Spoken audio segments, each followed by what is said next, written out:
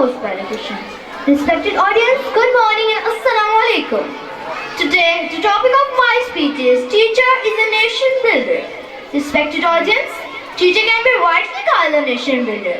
Teachers, through their perseverance, their loves and their sacrifices, has shown us the right path, which great men have built up the nation.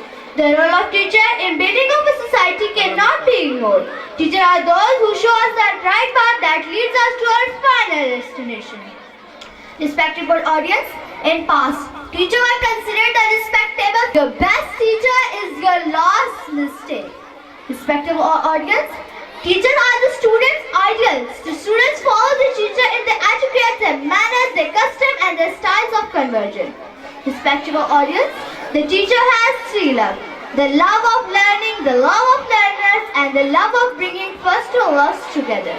Respectable audience, teacher can be rightly called a nation builder because teacher shows us that right path which great men have built up the nation. Respectable audience, teacher can be rightly called because teachers are the respectable figures. We respect our teachers because teachers are the nation of builder. Thank you.